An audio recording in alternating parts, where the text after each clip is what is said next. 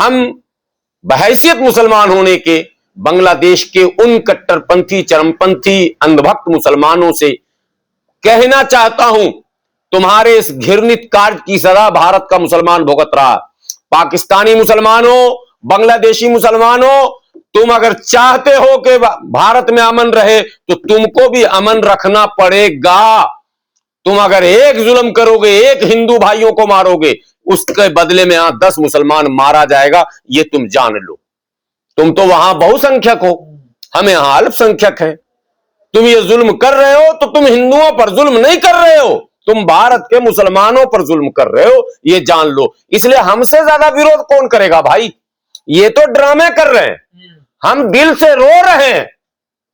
हमारी नींदें हराम हैं कि क्या हो रहा है ये पड़ोसी मुल्क में। उसका खामियाजा हमारे बच्चों को भुगतना पड़ रहा, उसका खामियाजा पूरे बाजार में घूमने वाले, टोपी पहन के दाढ़ी रख के फेरी करने वाले, रोजी रोटी कमाने वालों को भुगतना पड़ रहा। तो इसलिए ये चरमपंथ, ये कट्टरवाद, ये आतंकवाद, ये उग्रवाद, इससे सबसे ज्यादा दुखी और प्रभावित हम हैं। आप मस्जिद के सामने जय श्री राम के नारे, जय श्री राम का नारा मस्जिद के पास लगाने से दीपू को न्याय मिल जाएगा? अगर दीपू को न्याय जय श्री राम के नारा लगाने से मिलता है तो गुलाम सरवर कह रहा है 1000 बार सुबह से शाम तक जय श्री राम। मैं कहूंगा, छोड़ो हिंदुओं की बात ही मैं नहीं कर रहा हूं, मैं करूंगा। हाँ, मैं कहूंगा अगर किसी को यह कहने से न्याय मिलता है दीपू को तो। लेकिन यह ड्रामा कि देश में मुसलमानों पर दीपू बहाना है और भारत का मुसलमान निशाना है, ये गलत रास्ता है। हमने तो जिन्ना को लात मार दिया, हम तो नेहरू के साथ आए। और धर्म के नाम पर अगर बंटा था तो हमारे पूर्वजों को भी तुम धक्का मार के भेजते ना, क्यों रखा तुमने? हिंदू हिंदू हिंदू हिंदू, सत्ता सत्ता सत्ता, नो हिंदू। अडानी तो बिजली सप्लाई दे रहा बांग्लादेश को, पूरा बांग्लादेश का ठेका अडानी के पास है। भारत में 10 मुस्लिम को मारोगे तो हिंदू गोलबंद होगा, बांग्लादेश में 10 हिंदू को मारोगे तो हिंदू गोलबंद होगा। हाँ, दोनों हाथ में तो लड्डू मोदी जी के है। बांग्लादेश में हिंदू मारा तो मोदी जी मजबूत, भारत में मुसलमान मॉब लिंचिंग में मारा तो मोदी जी मजबूत। दलित पीटे, यहां दलित को पीट कौन रहा? पहले ये तो उठाओ, सवाल पूछो, पीट कौन रहा? दलित के बारात को रोक कौन रहा? दलित के दूल्हे को घोड़ा पर चढ़ने से रोक कौन रहा? कौन रोक रहा? आप हमको बता दो जरा। यहां तो लाखों की भीड़ जमा हुई और बाबरी मस्जिद को तोड़कर एक एक ईंट मैंने ले जाकर नारे लगाते आई, मारते गई, लूटते गई, दंगे हुए, लाखों मुसलमानों को मारा गया, तब जाके उस मस्जिद की जगह पर मंदिर बनाया गया। अब उसमें कोर्ट का ऑर्डर लाइए या कुछ भी हो, तो पहले आपने तोड़ दिया था। कोर्ट तो 2019 में ऑर्डर देता, आप तो 1992 में तोड़ चुके थे। बांग्लादेश में अगर परिस्थितियां बिगड़ती हैं आंतरिक, वहां जातीय संघर्ष या धार्मिक संघर्ष होता है, तो हम क्या कर सकते हैं उसमें? हमारी सरकार ही तो कुछ कर सकती है। तो आप कहना चाह रहे हैं बांग्लादेश में अल्पसंख्यक, दुनिया में बहुसंख्यकवाद छा रहा, ये एक बहुत बड़ी बीमारी है, एक अलर्ट है ये, और अल्पसंख्यकों को चिंता में डालने वाला ये है। पूरी दुनिया के अंदर अल्पसंख्यक जहां भी है, पाकिस्तान हो, अफगानिस्तान हो, बांग्लादेश हो, चाइना हो, भारत हो, जहां भी हो, श्रीलंका हो, बर्मा हो, हर जगह अल्पसंख्यकों पर हमले हो रहे हैं बहुसंख्यकों के द्वारा। तो ये हमसे कोई पूछता है कि आप निंदा करते हैं? अरे हम निंदा करते हैं, हम निंदा भी करते हैं, हम शर्मिंदा भी है निंदा के साथ, हम चिंता में भी डूबे हुए। तुम तो मौज कर रहे हो, तुम तो राजनीति कर रहे हो, तुम तो इस्लामिक आतंकवाद, मुसलमान ही समस्या, इस बार बंगाल से निकाल देंगे, बांग्लादेश में मारा है, इस बार बंगाल में भाजपा की सरकार बना लेंगे, बस खेल खत्म हो गया। फिर हिंदू से कोई लेना देना नहीं, दीपू दास मरे या पूरा बांग्लादेश का हिंदू मर जाए, सरकार भाजपा की बननी चाहिए। टोटल जो डिबेट है उसके केंद्र में पश्चिम बंगाल, घूम घाम के पश्चिम बंगाल चुनाव। क्या है भाई? हिंदू प्रेम है, मानव प्रेम है, अल्पसंख्यक प्रेम, क्या प्रेम है? सत्ता प्रेम, और सत्ता प्रेम कभी भी समस्या का समाधान नहीं करती। तो सवाल यह है कि ये कहा जा रहा है जो लोग फिलिस्तीन के समर्थन में आ रहे हो, दीपू दास या बांग्लादेश में जो हिंसा हो रही है उसका विरोध क्यों नहीं कर रहे? सिंपल लॉजिक, कौन लोग आ रहे हैं फिलिस्तीन के समर्थन में? मतलब इशारा मुसलमान, यही ना इशारा है, मुसलमान आ रहे हैं, यही तो कहना है। वामपंथी भी तमाम आंदोलन, चलिए वामपंथी को भी गिन लीजिए आप। मैं कहता हूं मुसलमान आ रहे हैं, ठीक है, मुसलमान भारत में 20 करोड़ है, आप 100 करोड़ से भी ज्यादा है, तो आप क्यों नहीं आ रहे हैं? आपकी सरकार है ना। हम तो आ रहे थे फिलिस्तीन के समर्थन में ये कहकर कि मुसलमानों पर जुल्म हो रहा, ये नहीं कह रहे थे कमजोरों पर जुल्म हो रहा, इसराइल जुल्म कर रहा उसका। और ये हम नहीं कह रहे थे, यहां तो देश का प्रधानमंत्री कह चुका, अटल बिहारी वाजपेयी कह चुके, श्रीमती इंदिरा गांधी कह चुकी, राजीव गांधी कह चुके। अटल बिहारी वाजपेयी जी का तो वीडियो वायरल हो रहा था उस टाइम, उन्होंने भी ये बात को स्वीकारा, यूएनओ इस बात को स्वीकार रही है। उसमें हम प्रोटेस्ट कर रहे थे और वो इजरायली दूतावास के खिलाफ, इजरायली एम्बेसी के खिलाफ उसको एक मैसेज देने के लिए उसमें रोका गया सरकार की तरफ से, ये तो आपको पता ही है। तो आप भी क्या कीजिएगा, हम ये नहीं करें कि हमें नहीं करना चाहिए, लेकिन पहले अगर आपको ये लगता है कि जो लोग फिलिस्तीन, अगर जो लोग फिलिस्तीन के लिए कर रहे थे वो तो मुट्ठी भर थे, आप तो उससे बड़ी ताकत में कर सकते हो, लेकिन प्रोटेस्ट कहां करोगे ये सवाल है। नहीं, जो मानवतावादी है वहां मानवतावादी दिखाई देते, तो यहाँ मानवता। अरे मारिए ना 20 गोली मानवतावादी को, हम कह रहे हैं फिर ना, हम उनकी मानसिकता समझ रहे हैं ना भाई, उनका इशारा क्या है, हर काम वो हमसे ही करवाना चाहते हैं। वो क्यों नहीं प्रोटेस्ट करेंगे? और प्रोटेस्ट हमने कहां किया?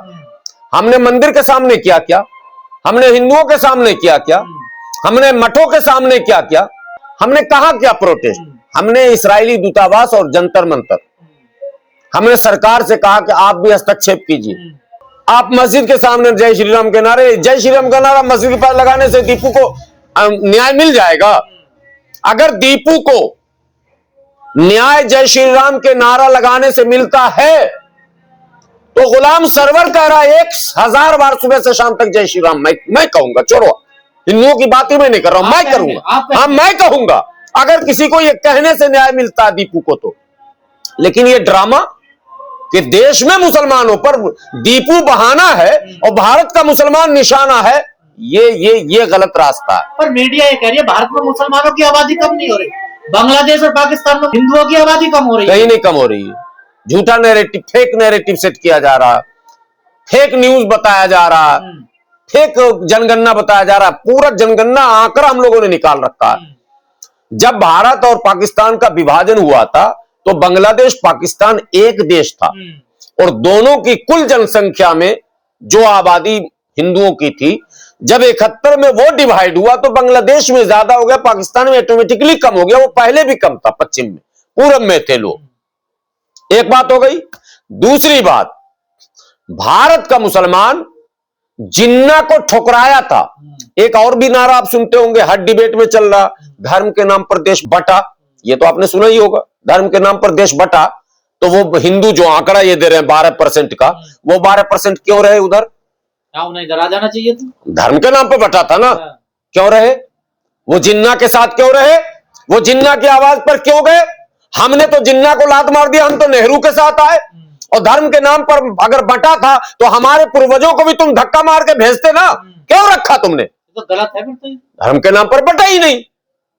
आज भी धर्म के नाम, धर्म तो आड़ है, हिंदू हिंदू हिंदू हिंदू, सत्ता सत्ता सत्ता, नो हिंदू।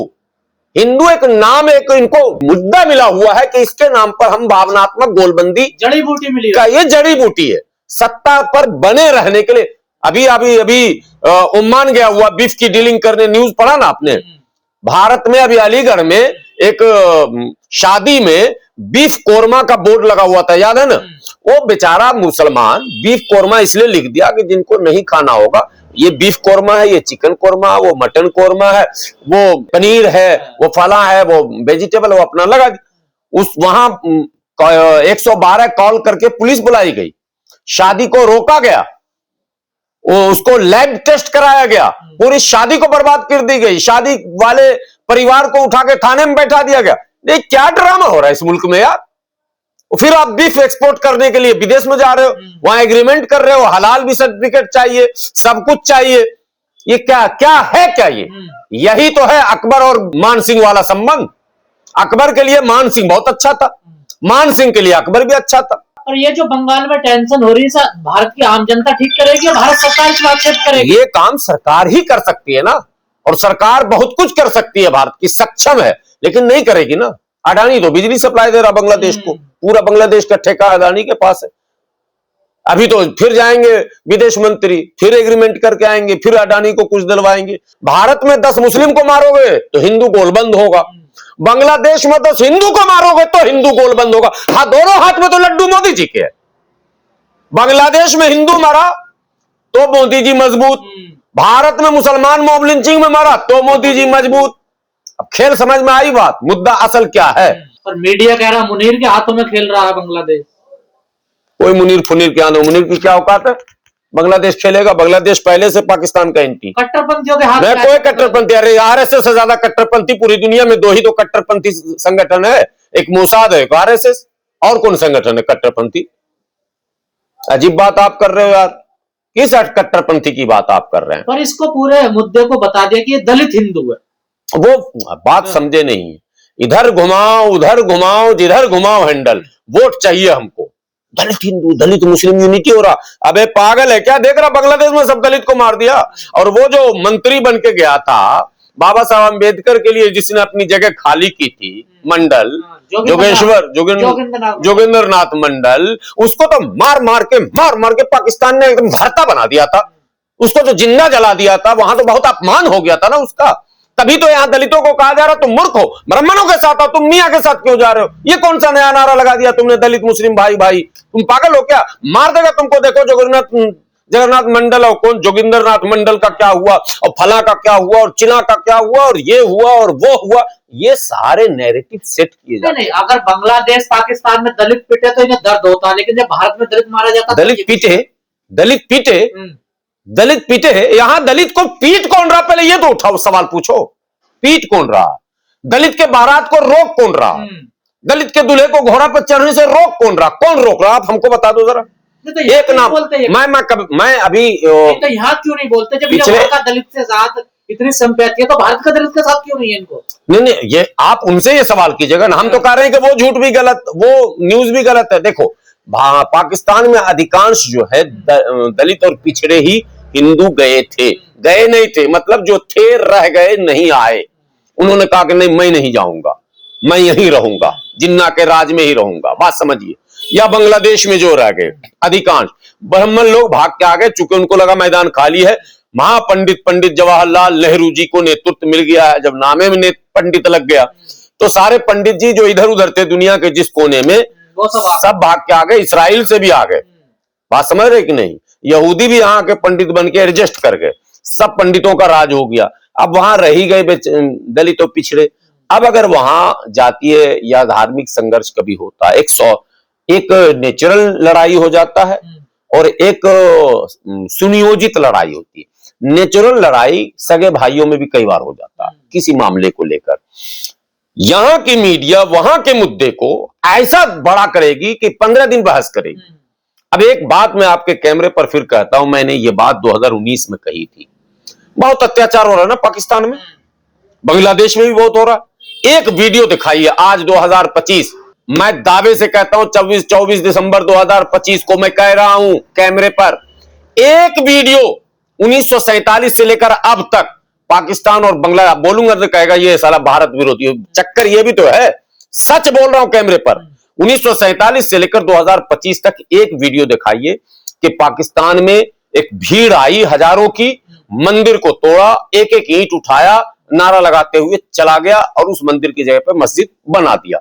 ऐसा अगर कोई वीडियो देखा, नहीं बनाया, पर हमले तो हुए ना मंदिरों पर। अरे आंशिक हमले, यहाँ तो रोज हमले हो रहे हैं यार। कल भी परसों जबलपुर में हमले हुए। यहाँ तो लाखों की भीड़ जमा हुई और बाबरी मस्जिद को तोड़कर एक एक ईंट मैंने ले जाकर नारे लगाते आई, मारते गई, लूटते गई, दंगे हुए, लाखों मुसलमानों को मारा गया, तब जाके उस मस्जिद की जगह पर मंदिर बनाया गया। अब उसमें कोर्ट का ऑर्डर लाइए या कुछ भी हो, तो पहले आपने तोड़ दिया था। कोर्ट तो 2019 में ऑर्डर देता, आप तो 1992 में तोड़ चुके थे, तब तो कोर्ट का ऑर्डर नहीं था ना। तो वो काम आपने भारत में तो किया ना। तो उनको मिर्ची लगेगी कि ये पक्ष नहीं रहो, सत्य वचन करो, सत्य, दिमाग खोपड़ी खोलो, सिर्फ मुद्दा मत बनाओ। नेल्ली गूगल सर्च करो, नरसंहार, नेल्ली नरसंहार गूगल सर्च करो, 10,000 मुसलमानों का कत्लेआम, मलियाना, हाशिमपुरा, भागलपुर, गोधरा, सर्च करके देखिए। क्या इससे भी ज्यादा जुल्म हो रहा कहीं अल्पसंख्यकों पर? लेकिन फिर भी मैं कह रहा हूं, कहीं भी जुल्म हो रहा, दुनिया के किसी कोने में जुल्म हो रहा, गलत नहीं होना चाहिए। कोई माइक्रो माइनॉरिटी भी है, उसकी सुरक्षा भी हमारा धार्मिक कर्तव्य, नैतिक कर्तव्य, सामाजिक कर्तव्य बनता है, हमको करना चाहिए। हम बहैसियत मुसलमान होने के बांग्लादेश के उन कट्टरपंथी, चरमपंथी, अंधभक्त मुसलमानों से कहना चाहता हूं, तुम्हारे इस घृणित कार्य की सजा भारत का मुसलमान भुगत रहा। पाकिस्तानी मुसलमानों, बांग्लादेशी मुसलमानों, तुम अगर चाहते हो कि भारत में अमन रहे तो तुमको भी अमन रखना पड़ेगा। तुम अगर एक जुल्म करोगे, एक हिंदू भाइयों को मारोगे, उसके बदले में यहां 10 मुसलमान मारा जाएगा, ये तुम जान लो। तुम तो वहां बहुसंख्यक हो, हम यहां अल्पसंख्यक हैं। तुम ये जुल्म कर रहे हो तो तुम हिंदुओं पर जुल्म नहीं कर रहे हो, तुम भारत के मुसलमानों पर जुल्म कर रहे हो, ये जान लो। इसलिए हमसे ज्यादा विरोध कौन करेगा भाई? ये तो ड्रामे कर रहे हैं, हम दिल से रो रहे हैं, हमारी नींदें हराम हैं कि क्या हो रहा है ये पड़ोसी मुल्क में। उसका खामियाजा हमारे बच्चों को भुगतना पड़ रहा, उसका खामियाजा पूरे बाजार में घूमने वाले, टोपी पहन के दाढ़ी रख के फेरी करने वाले, रोजी रोटी कमाने वालों को भुगतना पड़ रहा। तो इसलिए ये चरमपंथ, ये कट्टरवाद, ये आतंकवाद, ये उग्रवाद, इससे सबसे ज्यादा दुखी और प्रभावित हम हैं। हमको ये ना बताया जाए कि आप प्रोटेस्ट क्यों ना कर रहे हैं। हम जाते हैं, ऑल इंडिया यूनाइटेड मुस्लिम मोर्चा परमिशन दीजिए, बोले 15 दिन बाद, 15 दिन बाद, 15 दिन से पहले नहीं मिलेगा। अब 15 दिन में तो मुद्दा ही खत्म है, तब तक तो दूसरी मॉब लिंचिंग, तीसरी मॉब लिंचिंग हो जा रही। अब खाक करें हम धरना प्रदर्शन, और उनको मिल जा रहा 1 डे, वो हजारों हजार जा रहे हैं, मस्जिद के सामने भी नारे लगा रहे हैं। अभी मेरठ का तो सुना ही होगा आपने, ठीक है, जबलपुर का आपने सुना ही है, वो चर्च में भी हमले कर दे रहे हैं, ये भी आपने देख लिया होगा। तो वो तो आजाद हैं बेचारे, हम गुलाम हैं, इसका मतलब ये तो हमारी बहुत विचित्र स्थिति। इसलिए ये मत कहिए फिलिस्तीन पर जो निकल रहे थे वामपंथी, उनसे अगर आपका सवाल है तो उनके नेता भी जवाब दे देंगे, आपको सवाल उनसे कीजिएगा। मगर हम इसमें मुसलमान होने की हैसियत से इतनी ही बात कहेंगे कि हम उनसे ज्यादा दुखी हैं, उनसे ज्यादा चिंतित हैं, उनसे ज्यादा परेशान हैं। वो राजनीति कर रहे हैं, उनको पॉलिटिकल इशू मिल गया, हमारे लिए टेंशन मिल गया, हम टेंशन में हैं।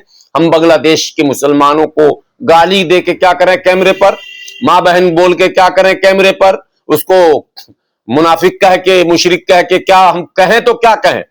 वो बोलता नहीं, बोले तो क्या बोले, समझिए ना, वो स्थिति हमारी है। लेकिन एक भी मुसलमान मन से, मैंने आपको ऐसा नहीं मिलेगा जो दुखी नहीं होगा इस मुद्दे को सुनकर और उदास नहीं होगा कि यार ये क्या हो रहा है, फंस जाएंगे, हम लोग फंस गए। क्योंकि माहौल ऐसा है कि उसको हिंदू मुस्लिम किया जा रहा और उस हिंदू मुस्लिम का मसला हमारी तरफ मोड़ा जा रहा और हमारे मुसलमानों को शिकार बनाया जा रहा। ये है।